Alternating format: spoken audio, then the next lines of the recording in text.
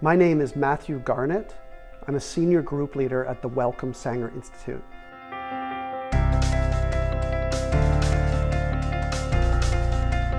So the focus of my research activity is really to understand how we can develop medicines that more effectively target individual patients.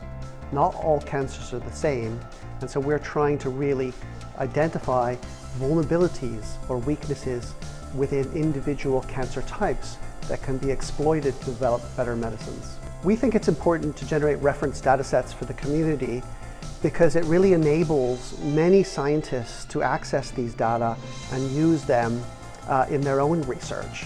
And of course, the advantage of that is it's not just one scientist or one laboratory benefiting from the data, but it's the whole scientific community.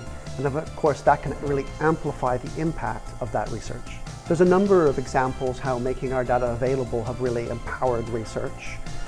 So one way is that we actually have web portals that are freely accessible to everybody, including the public and researchers. And these are used by thousands of people every month. In addition to that, the data sets that we've generated have been used in many publications to either strengthen or confirm hypotheses that other researchers have been developing in their own teams.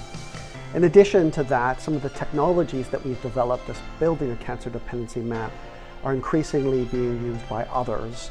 And some of the software that we developed to analyze the data sets are also publicly available and increasingly used by many labs. The next steps for a cancer dependency map is really about trying to increase the representation of different cancer types available within the map.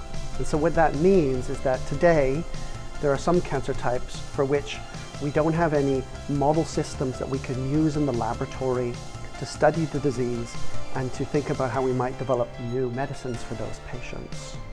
And so what we really need to do is to develop new cellular models that are taken and grown from patients' tumors so we can really study the disease in the laboratory and think about how we could then treat those patients' cancers more effectively.